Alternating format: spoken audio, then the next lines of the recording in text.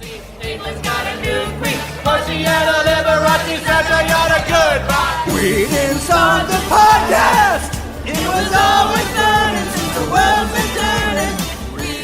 This is We Didn't Start the Podcast, an album-by-album rewatch of Billy Joel's awkward and illustrious career. I'm Adam Ragusia. I don't really like Billy Joel. I'm Meg Donahue, and I really do. This first episode, we're not actually starting with a Billy Joel album per se. No. Before we get into the official Joel canon, we're going to do a whirlwind inspection of the 3 proto-Billy Joel albums. We are going to talk about the 2 albums that he made with the Hassles. This is the band that he joined as a teenager. And then we're going to talk about the big one, the album that some critics have called the worst record ever made. Woo! The self-titled debut of Billy Joel's heavy metal duo, Atilla. Or as I like to call it, Atilla! Atilla! Save your city! But first, we got to talk about the self-titled debut by the Hassles, which came out in November 1967. Adam, let's talk about what happened in late 1967. Well, in a matter close to my heart, LBJ has just signed the Public Broadcasting Act. Conversely, he has also initiated a massive propaganda campaign to make Americans feel better about the Vietnam War. In 1967, a new house would have cost you about $25,000, and a first-class stamp was 5 cents. So I guess people were still writing letters to each other at that point. Mm-hmm. I can't tell you the last time I sent a letter. Probably around the same time I was experimenting with messenger pigeons. You don't love any of the people that you correspond with. I really clearly. don't. And also in 1967, a young William Joel he's a senior at Hicksville High School in Hicksville, Long Island, where he has joined a local band called the Hassles. The Hassles played covers of contemporary R&B and soul tunes. That Billy Joel was actually not the lead singer, at least not at first. Here he is in a later show talking about the singer of the Hassles. The lead singer, he's a really good-looking guy, great hair, frontman. You know what a frontman is? I don't know if they call him frontman anymore. Yeah, we do. Like Mick Jagger was the original frontman. You know, great body. Long, lean, great hair, pouty lips, you know. Billy Joel always body shaming himself, you know. Like the front man. Little John, his name was Little John, John Dizek. He became a Jesus freak. Look, you asked me, I'm telling you. Wrote me a letter actually after I put out the recording of Only the Good Die Young, scolding me, which I thought was hysterical because this was the original deviant of all time. I love how he seems to get more Long Island as he gets older.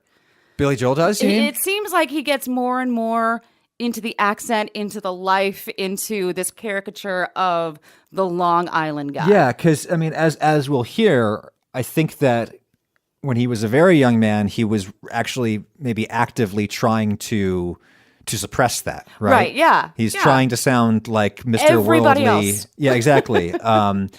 So like if you figure of it as like 2 lines on a diagram, right? Like we're at the trough of his outward Long Islandness in the early part of his career, right? Okay. And then it just goes up and up and up over the course of time. Now there's this corresponding graph, which is like the exact opposite. It plots like in the opposite direction. So you've got like an X on the graph. And this other line is basically the sincerity of his Long Islandness, like the genuineness of it, right? Yeah. So I don't know, there might be a point as we advance in We Didn't Start the Podcast where there's a moment where we get to that point where the two lines cross, right? Where like he is exuding his Long Islandness and he still actually is really Long Island. Right, exactly. So it's like the algebra of Billy Joel.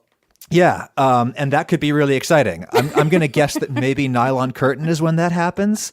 Yeah, there might be like this perfect storm, this one plot point. Right, but after that, it just becomes totally performative and insincere. It does. Which is where we're at now. Yeah, I think, And people should know that with this podcast, like, we're going to do every album, right? We're going to talk about every episode is going to be an album. This is a weird episode because we're doing 3 albums at a time. Yeah, we want to get the proto-Joel out of the way. way. Exactly. If we had done a whole episode on the Hassles debut, I think that people would already have stopped listening by now. Right. Which they probably have. Okay. But let's just continue sitting in our office and amusing ourselves. So we're going to do the albums. And then the thing is that it's like, Billy Joel famously stopped making albums in like what? When did River of Dreams come out? Oh God, I think it was like 97. Okay, right. So there's a lot of time has elapsed since then, And we're going to want to try to figure out some way to talk about old, fat, sad Billy Joel era. Old, fat, sad. And we need... we should just call him that. Old, fat, sad. Uptown girl, she's been living in her uptown world. I bet you never had a white side guy. I bet your mama never told you why. That's why I cry. So the Hassles, self-titled debut album. What song do you want to start with? Let's start with Every Step I Take. It's like something out of Spinal Tap, but when Spinal Tap was in their late 60s, Dream Child sort of. Yeah, so the hippie. Hassles are like, actually, should we just like look at a picture of them on the internet? Let's just look at it. Okay, everybody at home, just Google image search the Hassles. So what would you call that hairstyle that Billy's got there? He looks in this photograph. This is like the main band photo from United Artists Records, and he looks like he has chocolate all over his face. Yeah. How did he get exposed like that? Maybe it is actually chocolate. He's already got a little bit of the Joel Pudge, even at this stage. He does. Like everybody else kind of looks like California rock gods, and here's Joel. Just on the edge of the crowd, looking dark and mysterious in his stripedy shirt. With the hair. What would With you the say about hair. With the hair. How would you describe that hair? Unfortunate. I would describe it as unfortunate. So it's like a long mop top kind of Right. thing. Like, so they're mods, They're right? mods, yeah. Yeah. Okay, so there's another band photo where Joel seems to be wearing one leather pant. I've seen that. Okay? Like it's like one leg of the pants is leather. The other one is just like a khaki chino or something. Hey, you guys, my mom made me these pants. She's They're not like- real good yet. But They're I told her- two-tone pants. And It's he's got like this ruffle, like He's Austin Powers from the waist up Absolutely. in this one. Yeah. Absolutely. He's a less cool Austin Powers, which is saying something. Okay. All right, let's listen to, what was this song called again? Every Step I Take. All right, okay. Everything I do. So I don't think that's Joel singing. I think that's Little John.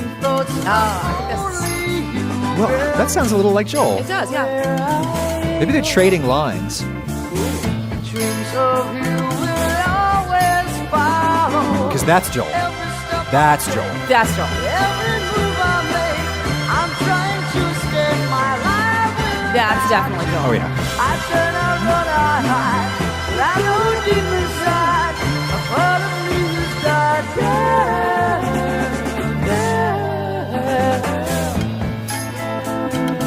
So we could make fun of this, and we will. And we will.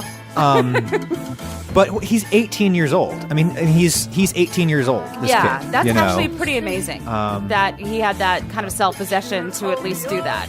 And as we go back into the chorus here, you can really, his like kind of Ray Charles voice Yeah. is there. Like Yeah. it's fully developed. Listen to it. Every step I take, every move I make, I'm trying to stay my life without you. I turn It comes out of the back of the throat, this particular voice. Yeah. I mean, Billy Joel is like a guy who like, and we'll talk about this, I'm sure, as the show progresses, who like has multiple voices that he puts on, right? He's got his like sincere singer-songwriter voice. Yep. He's got his rock voice, his heart attack voice, right? Take that, communism. We'll get to that. And then he's got his Ray Charles voice, which I think we're hearing in Yeah. this song, and which raises this like, one of the many kind of problematic things about Billy Joel is like, do we think that he engages in musical blackface, right? Ooh, yeah. That kind of blue-eyed soul sort of thing. But it's just, I mean, it's Well, I think that's, and he's talked about this, and you can definitely hear it in his later work, that he's really influenced by Motown and the black singer-songwriters that he Yes. grew up listening to. And I think there's something about Billy Joel that he is very, he's easily influenced. yes. Well, a derivative would be the unkind derivative, way to say yes, that, would be the right? unkind way to say that. And even more unkind would be to say that it's appropriative, right? Right, yeah. But I don't know. Look, he's 18 years old in this record, so let's just cut him some slack, okay? Cut him some slack, Donahue. No, he needs to always be perfect. Jesus. He's right. Billy freaking Joel. I want to ask you one question before we leave this song. Every step I take, every move I make.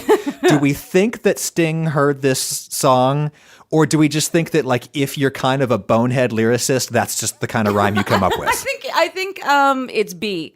Yeah. I think it just sort of, and what cracks me up about this song and all of the songs on this album, or most of them at least, is they don't end. They just kind of fade out. Yeah. There's no ending. It's like record producers are big on the fades in the late 60s. It's like they're just sort of walking away from you. It's like, we're done now. I don't know how to leave you. They're ghosting on us. You got abandonment issues I didn't even know about. Don't leave me, Billy. Testing. Do-do-do. Boo-do-do. Do-do. How many more songs are we going to listen to off this stupid album? We are going to listen to I Can Tell next, Okay. which is awesome. It's right. so awesomely. And these two songs that we picked from the Hassles debut, they are Joel compositions, right? Yes. And that's why we picked them, because there's also like a lot of covers and Yeah, stuff. we decided not to go with the covers, Okay. although their cover was the one that charted. Yeah, something like that. Okay, here we go. I Can Tell. Dance, dance, dance. Sort of a Wilson Pickett thing. Yeah. Oh my gosh, it's so Wilson Pickett.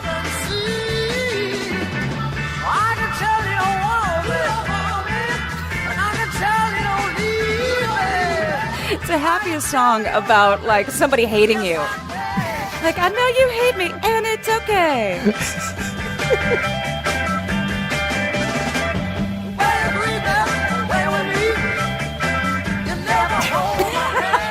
It's like, because here's the thing is that it's like there's so many bands that came out subsequently that kind of did this whole sound kind of ironically, or I don't know if you can call the Monkees ironic, but they're sort of proto-ironic, right? Yeah.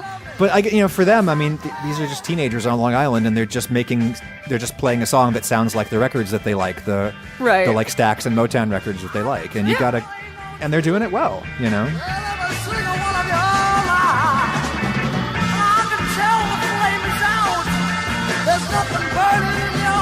What happened to organs?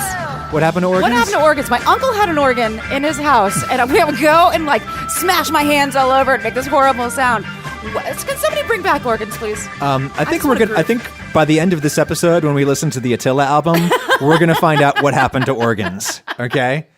Well, I'm on the Downeaster Alexa. Feel free to swing. I'm cruising through Block Island Sound.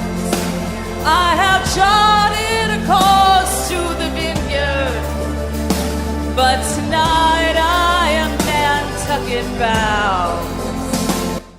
It's time to talk about our first sponsor today, Southold Town Adult Daycare in downtown Mattituck, Long Island. Southold Town Adult Daycare, we're going to take your grandma to the track. My grandma made $30 at the track. Thanks, Southold Town Adult Daycare. I mean, it's a good service that they offer, right? I mean, it's a real clean van. And my grandmother loves to gamble. Yeah. She loves it. And now, instead of like nickel slots or whatever, she gets a chance to make some real money. Right, exactly. Those pills aren't cheap. Those pills aren't cheap. Those pills aren't cheap. And you can feel safe about it because Jimmy's driving the van. He's a good kid. He's a good kid. All right. He's gotten some trouble. Who hasn't? But he's a good kid. I remember him from his first communion like it was yesterday. Okay. That kid was so fat. He fits in the van now. He does. And we want to thank the good people at Southold Town Adult Daycare for their support of the podcast. We appreciate it. If you said goodbye to me tonight, there would still be music left to write. What else could I do? I'm so inspired by you. That hasn't happened for the longest time. Let's move on to the second album by the Hassles. Hour of the Wolf! It's December 1969, Adam. What's December happening in the world? 1969. What's happening, What's right? happening, baby? Well, the Pentagon has they've just held the first draft lottery in the United States since World War II, and the Rolling Stones, they've just put out the Let It Bleed album featuring the song "You Can't Always Get What You Want." Mm-hmm. We're talking about appropriation again. Good point. It's going to be our big theme for this whole pod. We're going to shame everybody. Yeah. And Little John has left the Hassles, which means 20-year-old Billy Joel is now the lead singer. Let's go ahead and take a Google image break and Google Hour of the Wolf cover art. Okay. Get ready for some 1969, some kind of... What do you call it? It's like they would do this on when bands would play TV shows, and there would be like they do like composite imaging. Yes, it was like green screen kind of stuff, but I don't think they had green screens back then. Right, so it's really, really crappy kind of. It's supposed to look like a wolf. A wolf's staring head. at you. Yeah. But also the band is at the bottom, like third of it, and they're pointing to the past. It's really weird. I always assume that left is to the past. Right is to the future, left is to the past. That's very Western normative of you. Wouldn't it be, though? All the shame. All the shame. Okay. That's going to be the subtitle on this episode. All the shame. Yeah, so this is like... I mean, I actually think this cover art captures what we're about to hear, which is that it's like at this point the band is going more in like the psychedelic direction. It kind of looks like something you'd see on the side of a van. Don't get in that van. Don't get a van that you don't want to get into. Don't get in that van. If you saw the van in 1969, you definitely want to get in the van. That's a pretty sweet But van. it's like it's in the year 2016. There's a dude still driving that van. No, and you don't get in that van. His name is Mike. Don't get in there. What first song do you want to listen to, Meg? Country Boy. Country Boy. This is the lead-off track, right? Yeah.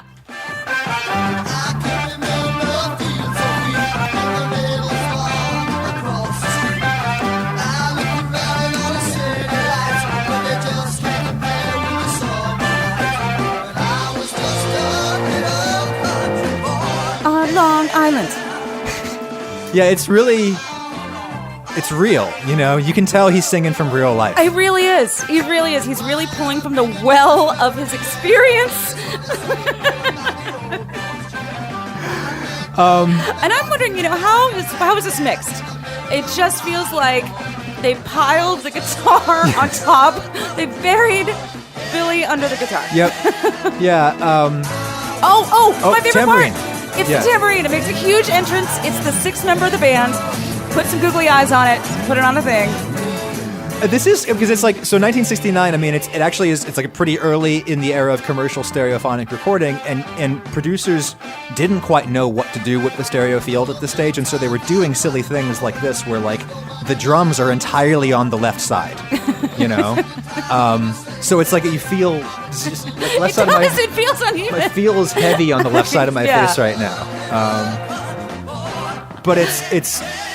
They're going for like a heavier sound, like you can tell, right? They are, but then they break it up with the tambourine. The tambourine always lightens things up, yeah. So they really still have a little bit of the psychedelic in there? Because you've never heard Megadeth with the tambourine. All right. Tambourine solo! Woo! That's somebody's girlfriend. I've heard enough of this song. Me too. Okay, can we move on? What else? We can. From Hour of the Wolf. It's going to be so good. It's the title track. The title track from Hour of the Wolf. Hour of the Wolf. All right, here it comes. Fear. And something grey has passed beside you in the ever-fading light. Time has no more meaning. All you know is that there's All you know. All you know. Sounds like Lemmy Wink. He does.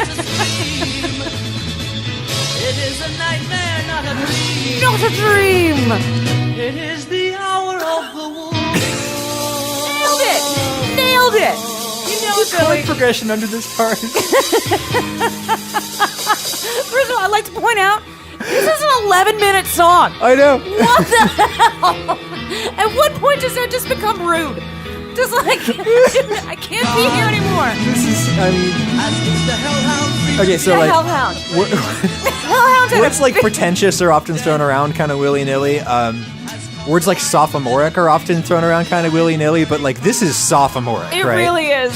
It really is. It's like someone who's read Lovecraft for the first time. Yeah. Or Tolkien, yeah. It is the hour of the wolf. Yeah, keep it real. I love the melisma where it goes down at the end. Hold on, let's listen to that again. We need instant replay on that. It is the hour of the wolf.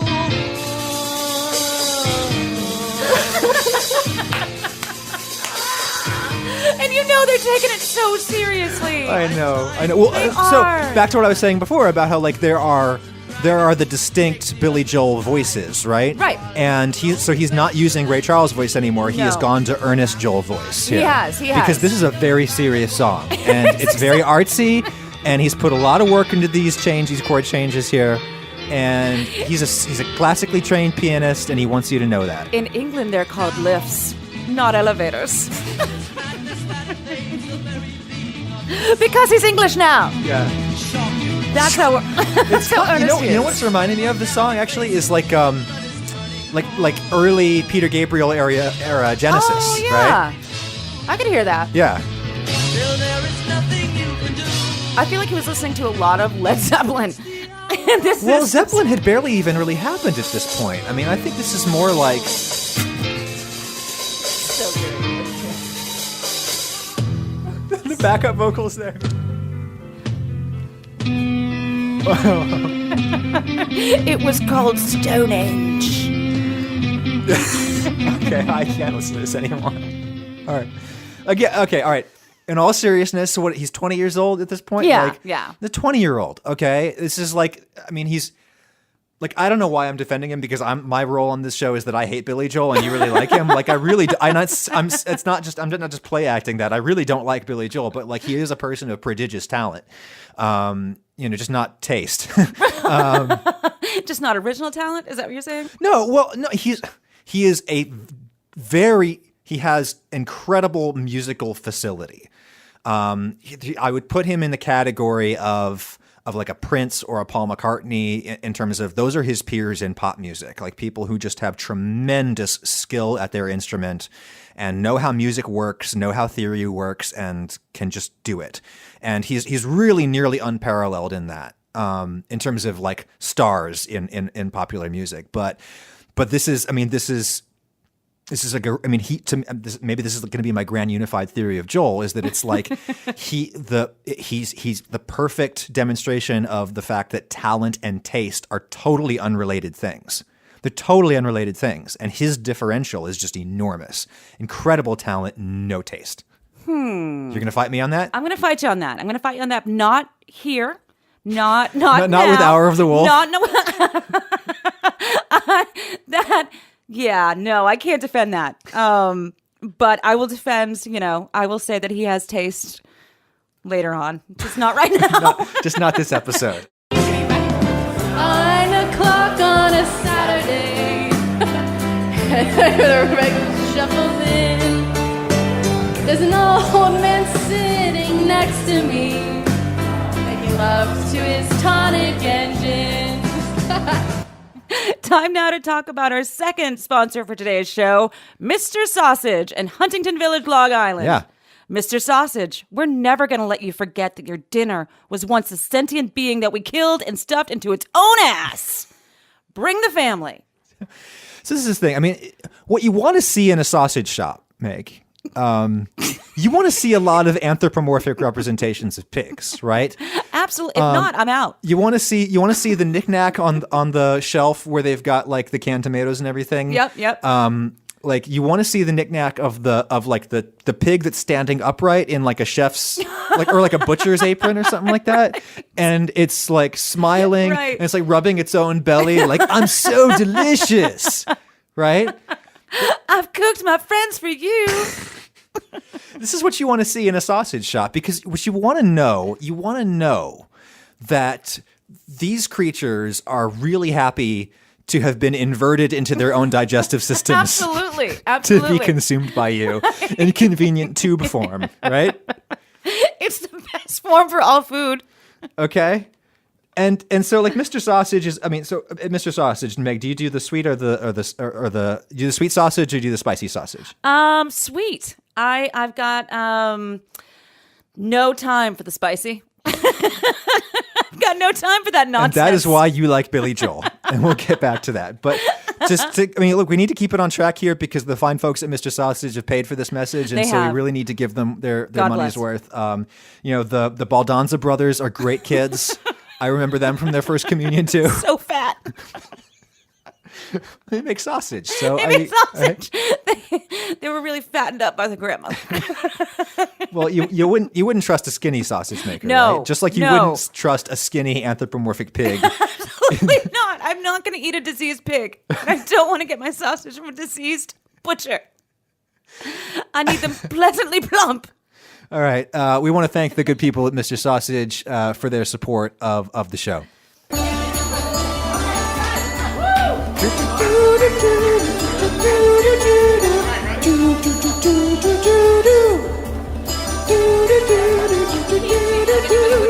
Hey! So the Hassles were a commercial failure. Billy and drummer John Small left the band to start their own project, which would become the infamous Atilla. Atilla! Atilla! Oh no! We're going to listen to some of the songs of Atilla in a minute. But first, Adam, this album came out on July 27th, 1970. Tell us what happened in July of 70. Okay, what's happening in July of 70 is Dick Nixon is the fresh new face in the White House. So handsome. Watergate is barely a glint in his eye, his squinty, jaundiced eye. The Bee Gees have just released Cucumber Castle, which I think was Barry Gibb's ode to his favorite pair of silky underdrawers. Oh, people just stop for a second and think about where Meg's mind is going there. Cucumber they Castle. probably had kangaroos on them. He's from Australia. The Beatles' last album, Let It Be, has just come out a couple of months prior. The Long and Winding Road is all over the radio, albeit with Phil Spector's schlocky choral arrangement just spooged all over it. And Joseph Heller's Catch-22 has released a darkly comic anti-war novel that every ninth grader shoved in the back of their locker and lied to their teacher about reading. I know that I did. 1970, solid year for Joel. Solid year for Joel. All right, here's how Billy Joel described Atira. Atira! End of the 60s, this is the quote now. End of the 60s, I was in a two-man group. We were heavy metal. We were going to destroy the world with amplification. We had titles like Godzilla, March of the Huns, Brain Invasion. A lot of people think I just came out of the piano bar. I did a lot of heavy metal for a while. We had about a dozen gigs and nobody could stay in the room when we were playing. It was too loud. We drove people literally out of the clubs. It was great, but we can't stay in the club. I don't think they were driven out of the club because it was too loud. This is Billy Joel, like it's like he's like a rapper talking about the days when he was hard, you know? Like this is his cred story. Yep. Like I wasn't always this, guy. I was hardcore, dude. Totally hardcore. I played in a wrote metal songs band. like Brain Invasion. Bitch. Right? Kick you in the face. Foreshadowing, Meg. Good job there. So I mean, and people, I guess people can judge for themselves whether they think that what they're about to hear really counts as heavy metal. But It's something. Where shall we start? Let's start with Wonder Woman. Lead off track. Yes. Right? Okay, Wonder Woman. Wonder Woman with your skin so bare. Wonder Woman with your long red hair. You have the velvet touch. You have what I want so much. My love is burning fire. My need is wild desire. So it's a mixture of Billy Joel rock voice that we're going to hear later and Billy Joel earnest voice is a little bit in there too. Right, yeah. Okay, so the deal with Atilla is that it's a two-man group. It's just drums and Joel playing an organ through a Marshall stack, through a guitar amplifier. Right. Which, like, if anyone's like played with that, they know, like, if you put like a keyboard through a distortion pedal, it can sound almost like an electric guitar. And he's playing, back to what I was saying before, like, this is a seriously talented guy. He's, like, playing the bass line with his left hand. He's doing other stuff with his right, which is like, I guess Ray Manzarek of The Doors would have been doing the same thing around the time. Doors did not have a bass player.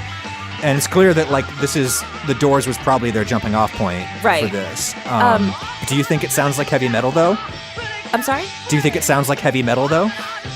I think it sounds like an attempt at heavy metal. I think it sounds like it's a terrible song, but it's catchy.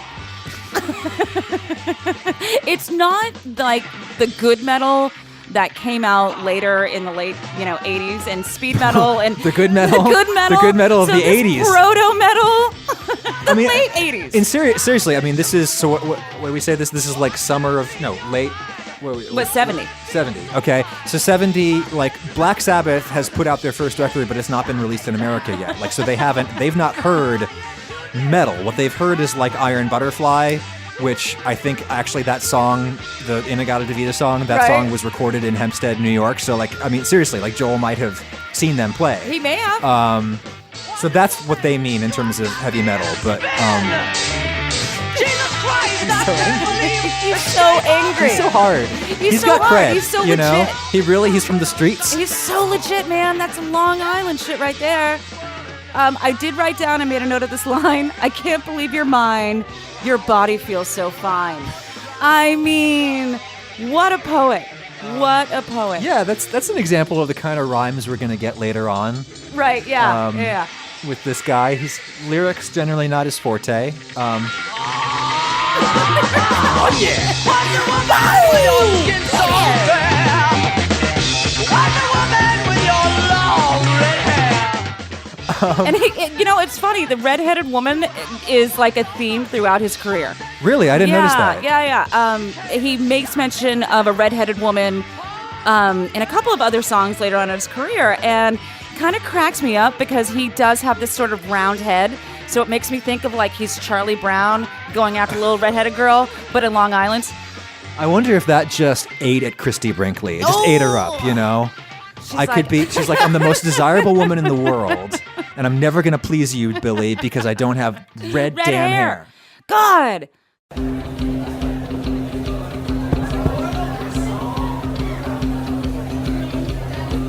What's the matter with the clothes I'm wearing? Can't you tell that your tie's too white? Maybe I should pass the cool-top cows. Welcome back to the age of jive. Okay, I have serious things I want to say about this band. All right. So there's a reason why this sounds so lame, I think. Okay. Bear with me. So I have to explain some things. So there's this famous story about Robert Moog, the inventor of the Moog synthesizer, had a conversation with Quincy Jones in like the late 60s or something. And Robert Moog asked Quincy Jones, Quincy, like, why aren't more black musicians using my invention, the Moog synthesizer? And Quincy says, look, you can't bend the pitch, right? Like it's all, you can't make pitches go, you can't control it. It's all just hit the button and everything is very discreet and formal. And unless you can bend the pitch, like black musicians aren't going to be interested. You can't make it funky then. Now, I think that far be it for me, for Adam, to dispute what black musicians do and do not want in an instrument. But I will note, Quincy, that like I think a few black people played the piano pretty well, and like you can't bend the pitch on a piano. But anyways, that's what Quincy Jones said to Bob Moog, and Bob Moog, as the story goes, and I think the story was relayed by Quincy, so who knows. But Bob Moog was like, oh, that's awesome. And then he went away and he invented the pitch wheel that is on the actual mini Moog synthesizer that sort of made his name. So it's a pitch wheel. It was just a wheel on the side of the keyboard that you could move it up and down to bend the pitch. And then Stevie Wonder picks up that ball and runs like 50 million miles with it. Right. Oh, wow. So the point is that it's like, you can't, at least as Quincy Jones would say, and I think we can trust Quincy Jones on this, that like you can't make something really sound kind of raunchy or funky without being able to bend pitch, right? Because that's where the little notes in between notes, those are where the blue notes are, those are where the funky notes are. And you can bend pitch on a guitar by bending notes, right? By bending the string up and down, and that's where you get a lot of the best kind of raunchiest riffs. But when you take a keyboard or an organ and you run it through a distortion pedal or you run it through a Marshall stack, yes, it does sound kind of superficially like a distorted electric guitar, but ultimately it is this very formal, strapped down instrument at its core, right? Where you can't bend the pitch and everything. It's still the churchy instrument. Right, yeah. Just going through a Marshall stack. And to me, that gets at what this is. There's just, and it gets at this bigger thing about Joel, period, which is that there is this lameness at his core. there is this just real white boy formality at his core that he just can't overcome no matter how loose he tries to play it. That is an interesting theory. You don't want to fight me on that?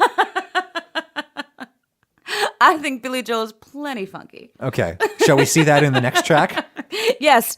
I actually wrote this down as God, I Love Revenge, which is actually not the song's name, but that really gets to the heart of it. What is the song called? The name of this track is Revenge is Sweet. I think it's going to be some more hard, Joel. It's sweet at last. I've overcome defeat. I said I'd win somehow. I had to wait. Oh, but look, I'll retaliate. And see who's laughing now. All right, okay. I got to Later fast on forward. in this song, Yeah. Okay, so there's a big moment. You want to set it up? he gets really into the idea of revenge. Like, it's almost kind of frightening if you listen to it. All right, It's okay. Now I turn around and kick your faces in. I kick your faces in. Revenge is sweet. and you kind of wonder if he like played this song by his high school in like his 1976 Datsun or whatever, and was just like, yeah, revenge is sweet. That's right, yeah. Jocks at Hicksville High who made fun of me in my piano books, right? And my story songs. My story songs, knocking my piano books out of my hands. That's right, yeah. Now I'm in a sweet metal band. I mean, are you honestly telling me that there's something about this that you think actually is genuine? Like, you think that this sounds hard? I think it sounds vulnerable in a very angry 15-year-old way. Okay, he's 20. Well, yeah. No, he's older now. He's like, this is the next year. He's still 21. 20. He's still 20, but He's he still sounds like a 20? 15-year-old. He sounds like a 15-year-old who got the hottest girl at school to go to prom with him. Yeah. I mean, it sounds... Which didn't happen until Christy Brinkley in Right, the 80s. who was so, the like, he's hottest girl? really about 15 years too early. for Yeah. this. So it's kind of frightening, but also kind of touching in its own, Billy Joel way of just... I'm sorry, I'm just listening to this sweet guitar solo right It's now. not a guitar solo, it's an organ solo. Oh my God, really? Yeah, this is all organ. Wow. You got fooled. I did.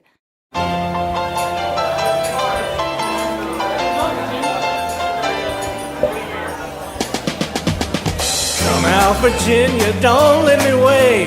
You Catholic girls much way too late. But sooner or later it comes down to fate. I might as well be the one.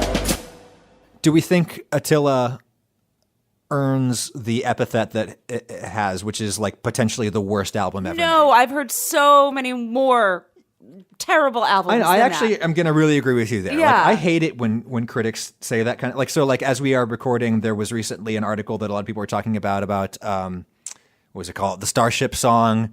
We built the city on rock and roll. Oh, that's a like where terrible people song? call that like the worst single of all time, and it's like it's the worst That's single like of a all time. really. I mean, look, there's things about that are very lame, but it's like you want to hear a bad. I'll play you a bad song. Like that's like a really well constructed. I'll write you a bad song. I will write you a bad song too. So, I mean, I think to call this the worst album ever is just ridiculous. What they No. mean is like the worst album by an incredibly famous, successful musician. Right. I Right. think So that's it's- grading it on quite a curve. It is. I think it's the worst squandering of potential. I think he could have been so much better. But the thing about Attilla, and I actually, when you sent me this, I actually liked it. Because I think it has a lot of like a little bit of what he's going to become later on in songwriting and in like musically. And what also I really, really liked about this is the cover art. Oh, should we talk about the cover art? Let's talk about the cover Everybody art. at home, Google image search Attilla, Billy Attilla, Joel. Billy Joel. Cover art. So what do we got here? Billy has like this long flowing locks. And he Do we think that's real? Oh, I think and that's it's a real. weave? No, I think that's real. right. I think that's real. I think that's something he's like, hey, baby, watch out for my Yeah. hair. And he is standing, well, he's dressed like a conquistador. And then he and his bandmate are both dressed like conquistadors. Yeah. And they're standing in They have leather skirts. leather skirts, some kind of body armor, standing in the meat refrigerator from Rocky.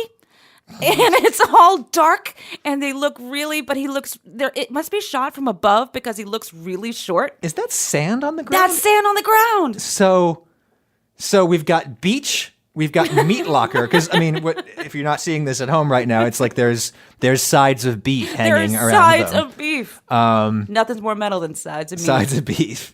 We got beach, beef, and War of the Roses. Maybe Yeah, I'm thinking English they look Civil like the War. Roundheads. Yeah. And 70s like rape van mustaches, You know, porn stashes.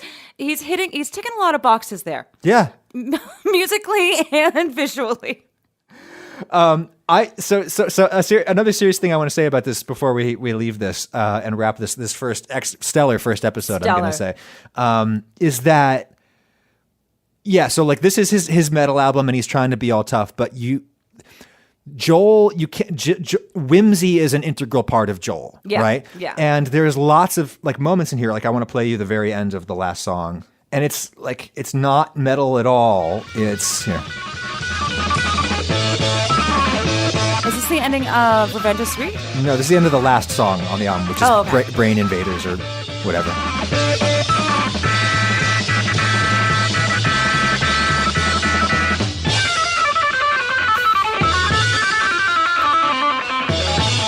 Little cadenza kind of thing. Right. You know, maybe I can see why they're not going to bring back the organ. No, just listen to the last moment here. It's coming up in like 5 seconds. I mean, it's really one step away from da da da da da da. Hey, It really is. you know, like you can't. Joel can't not be whimsical. Right. You know, even when he's trying to be tough. Right. And I appreciate that. I do too. I think it ends on a kind of a hopeful sort of, yay, metal. Watch out for us, guys. We're Attilla. Do you know what happened to Atilla? Did you read about this? Yes, I did. Okay, tell the people. Billy Joel hooked up with his bandmate's wife. Yes.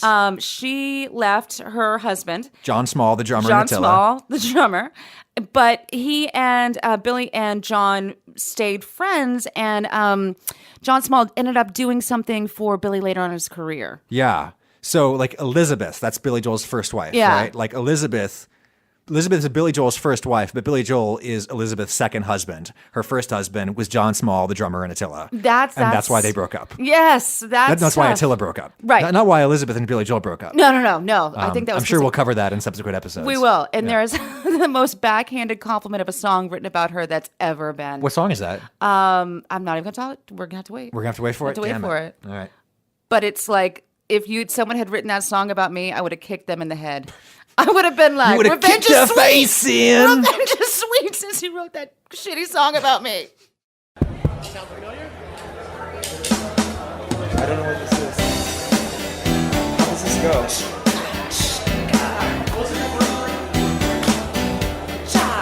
Okay, 5,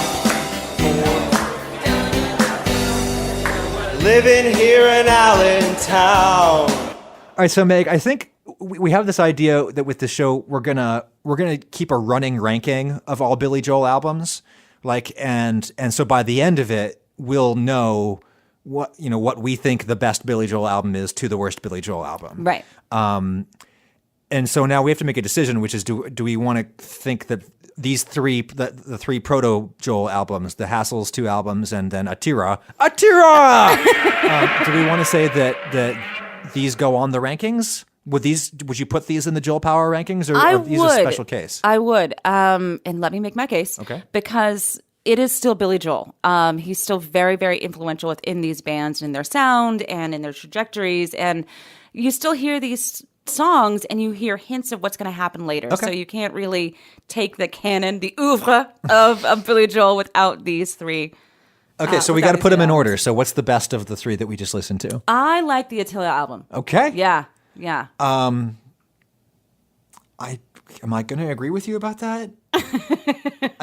We haven't thought of a system for if we disagree about this. Like, it's really hard to average two numbers, right? Right.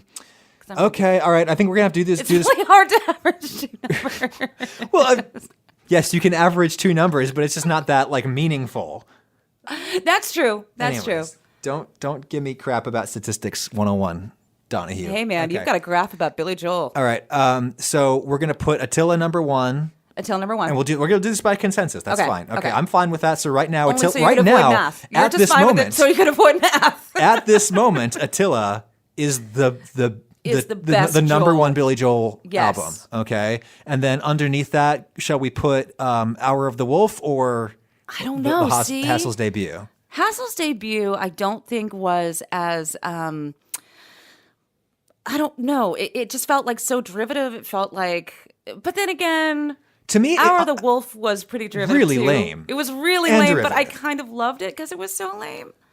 I think that we should put Hassel's debut above Hour of the Wolf because Hassel's debut is like, it's a very competent outing of a bunch of white boys from Long Island. That's true. Playing like Stax Records, you know, and it's like, it's not bad. It's honestly not bad, and you get a little bit of that kind of youthful testosterone energy in it that is exciting to me. But Hour of the Wolf is just lame, you know? But it's so sweet. Okay. It's so lame. You want to fight for that to be number 2 instead of number 3? No. Okay, so right now the Joel Power rankings are Attila number 1. Yep. Hassel's debut number 2, and Hour of the Wolf by the Hassels is at the bottom of the list, number 3. Yep. All right. Yep.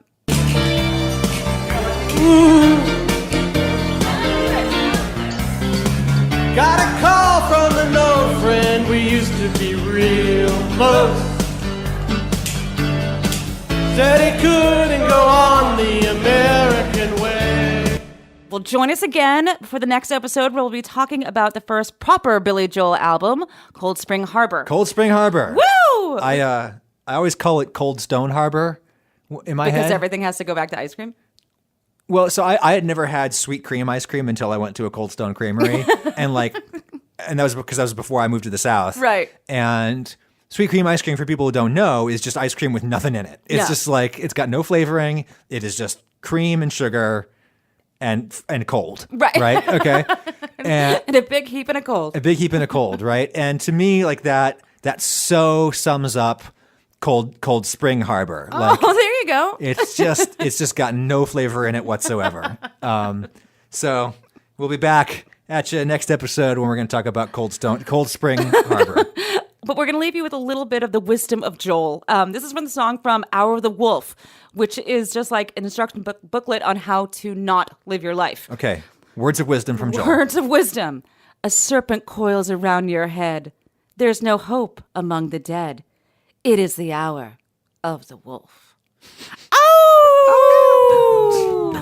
All right. Thanks, everybody, for listening to We Didn't Start the Podcast. I'm Adam Ragusia. I don't really like Billy Joel. I'm Meg Donahue, and I really do.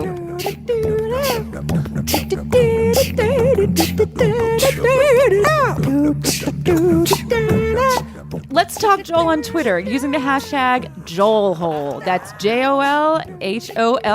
Not the other kind of hole. Not the other kind of hole. Meg is at Donahue Meg. That is DONAHUEMEG.